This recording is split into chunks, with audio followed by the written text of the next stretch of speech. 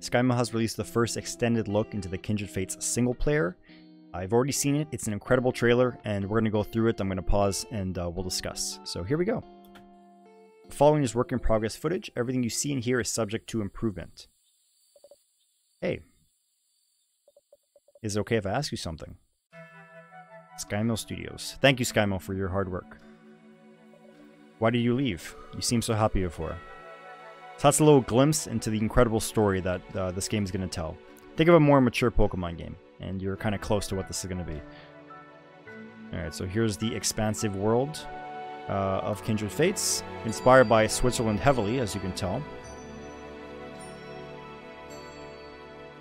So you got Lumala over the place, you got a town in the distance, Lumala, Slifer, and Shovelet on the left side there. Alright, so we got our hero, Skulkin, just chilling in the field over there. Encounter Kinfolk in an open world.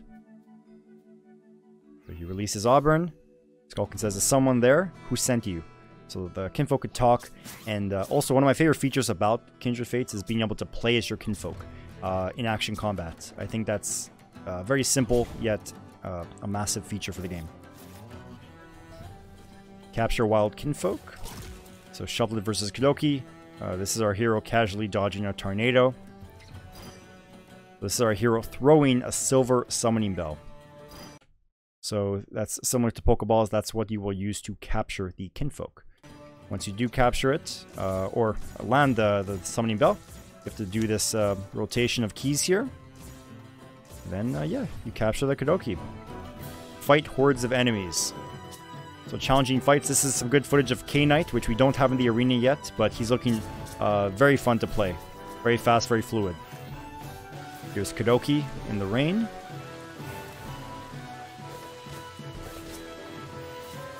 This is Shovelet. He has to clutch this here. Now he's going to cast his Meteor attack. So big AoE, wipes them all out. He gets a bunch of XP, as you saw appearing on the screen there. Visit town for supplies. So this is a lot of new footage here that we haven't seen. Electricity poles confirmed. So there is power. This is a modern game. It's not medieval. And again, I want to stress, guys, this is alpha. Alpha footage. Everything you see is going to look better in the final game. And I personally love how it looks already.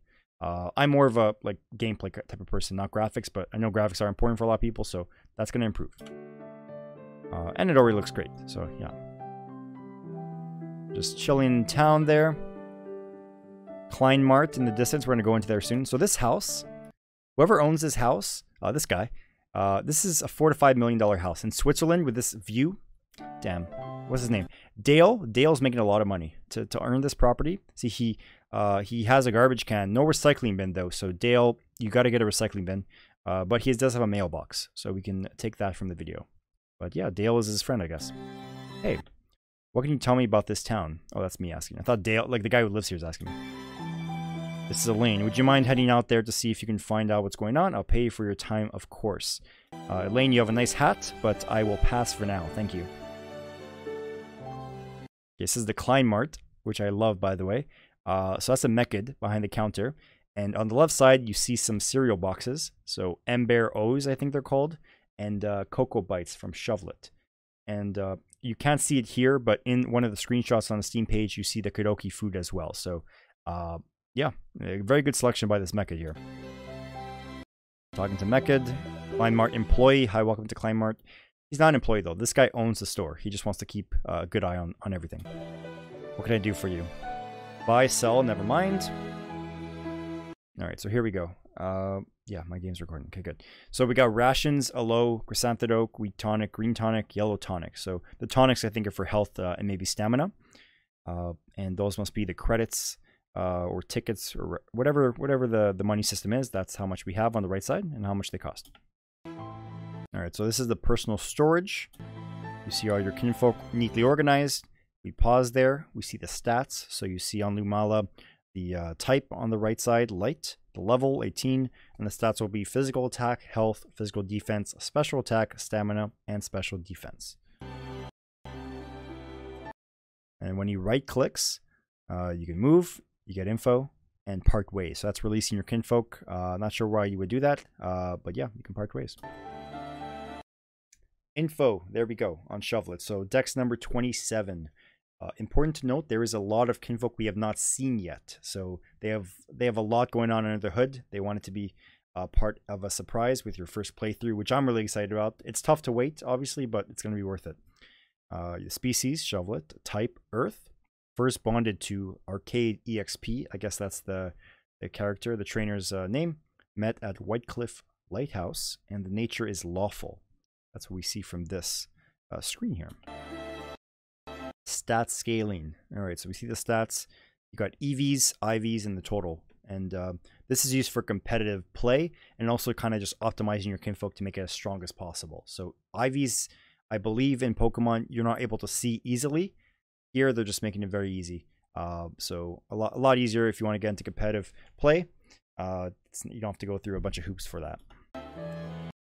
The abilities, you got the basic and you got 4 actives, which you're able to choose. And you also have a passive. Right now, the passive isn't showing for Shovelet, though I believe they have them designed for these kinfolk, just not maybe implemented yet.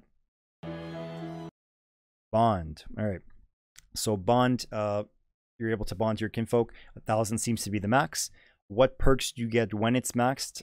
We don't know yet. Maybe your kinfolk gets a bit stronger. Maybe it has a random chance of not permanently dying. There's a bunch of ways they can go with it. Yeah, imagine like losing a kinfolk you've bonded with over a long period of time. That's going to hurt, man. That's going to hurt. You got likes and dislikes, so we don't know what that will lead to, but you got that on the screen here. So next up, you just see standard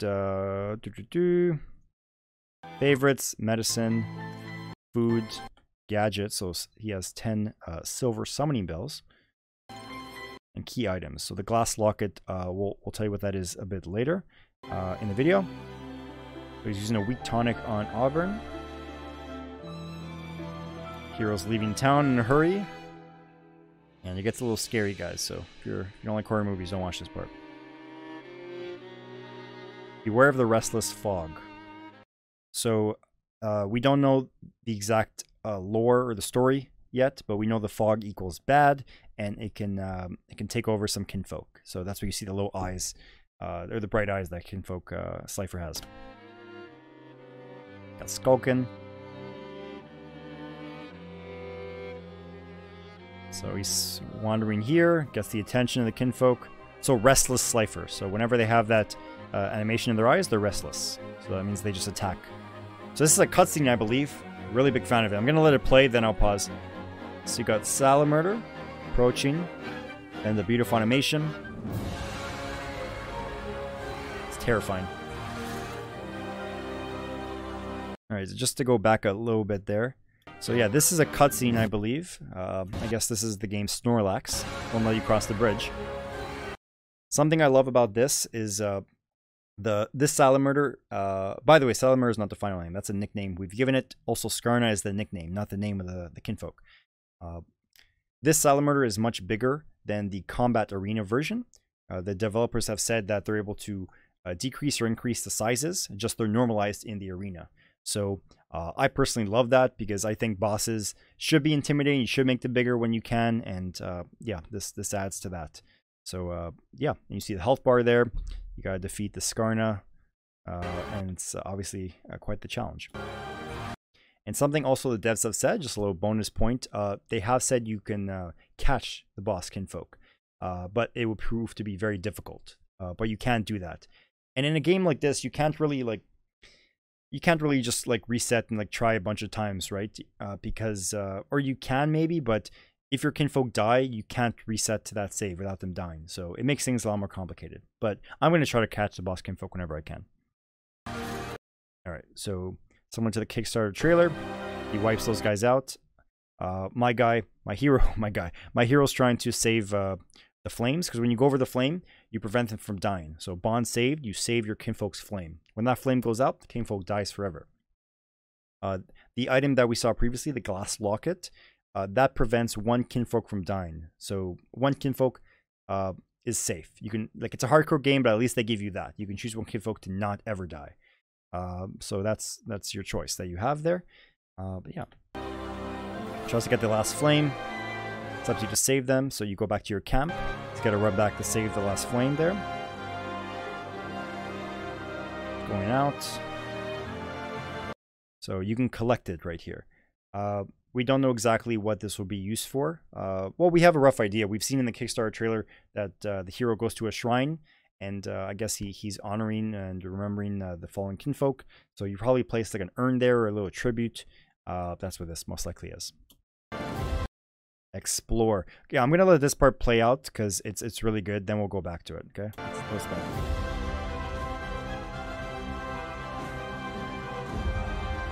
Bond. Fight.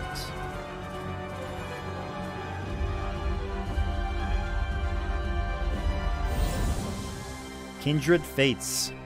Oh, I love that part so much. Wishlist on Steam now. Yes, definitely do that. Okay, let's go back here. Alright, it's easy to miss it. And it's not a huge thing, but we just see 2 Auburn there. A lot of people miss it on the first shot. This is a great shot because this is the thumbnail. You got this big world. You got the kinfolk raining around. I like to think that, well, I'm pretty sure, like, Rob set up this shot a specific way. Probably had some help placing the kinfolk. So you got Auburn there. 2 Auburns there. You got Kudoki right here. This is, he's on the rock looking over his land, over his citizens. 2 Shovelet there. You got some Lumala right here. These mountains. So if we pause here, we see a graveyard right here. I believe this little white dot is an item that you can pick up. Most likely what that is. And also, if you're wondering if you can climb those mountains, most likely, yes. This seems to be what this is. So I don't know 100% if you can, but I think every mountain you can see, you can climb. But not confirmed, but I believe so. Okay, so we got a Slifer, we got a Shovelet here, some Mechid. Again, they're only showing us kinfolk we've seen before. We know there's other kinfolk developed. They're leaving it to mystery here. So bond with your kinfolk. So I don't know if this is an activity that you do with your kinfolk to increase the bond. So you're stargazing with your Mechid and Kudoki. Nice constellation there. We got a fight between Ember and Lumala. Trying to look for other details here. No, I'm pretty basic. Running and casting.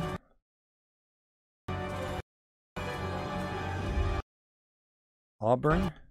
Oh, a little fast there. A little faster. And don't worry about me. Man, this game is gonna hurt you. It's gonna catch you in the feels, man. You gotta be prepared. Alright, Salamurder. Avion. So this is great. So we've seen Avion from the Kickstarter trailer, but this is another first glimpse we're getting of one of its animations. I'm really curious how they're gonna address flying types, how they're gonna fight and interact with kinfolk and players in the game. So yeah, it's gonna be pretty cool. This, I believe, is how you access your player storage. I believe, but I could be wrong. We got Kainite with a pretty cool attack there. We got the moon in the distance, so he's howling. Auburn. Oh, that's sad. So looking at from the previous scene, Auburn was seen right there. So if you go back in the trailer, guys, Auburn was the flame that went out, I believe.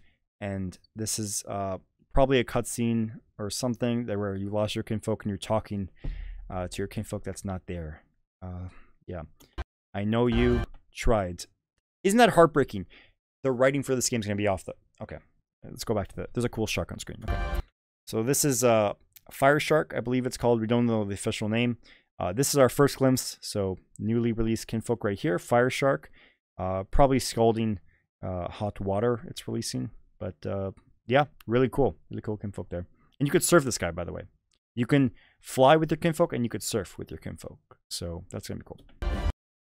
All right, this is Galvolant with a pretty cool attack there. And I got some theories here. So yeah, we see Galvolant and we see Gladius. Oh man, Gladius right here. Okay, so that's pretty cool. And it's the first time we're seeing electricity attack right there, an electric attack. And so my theory for these 2 shots are... So if you look in the background there, this area, this castle, is the same as this. This is probably the inside. So my theory is, going back from the previous newsletters, they've mentioned they're working on dungeons. They're working on a dungeon. They mentioned getting the doors just right. There are doors here. Let's go to the door. There's a door. And they're trying to make the boss they've been working on the boss moves. So that looks like a pretty cool move to me. So I feel like this is my theory. Gladius is the first boss that we will encounter. Or maybe it's a Kinfolk that we haven't seen yet, and this is just before the boss. But I'm going to go with this theory that Gladius is the first boss. And I'm definitely going to catch that boss for sure. All these Kinfolk I'm going to catch. Absolutely. And there it is. Kindred Fates. Wishlist on Steam now. And that's important, guys. So if you want to show your support for the game, go to Steam right now, search Kindred Fates, wishlist the game. That helps them get a publisher. Just overall, it helps them with their goal here. So the game is releasing in 2024. I think that's a good amount of time to perfect this game. I personally am fine with waiting because I want them to do as good a job as they can. I remember playing Pokemon Red for the first time as a kid. It's one of my favorite gaming experiences, and I feel like this is going to evoke some of the same emotions. At least I hope it will. So yeah, I want them to get it right. I want them to take their time and do this right. So really looking forward to the game. That's my video for now. Do I have anything else to say? Not really. Thank you for watching, and have yourselves a wonderful day. Bye-bye.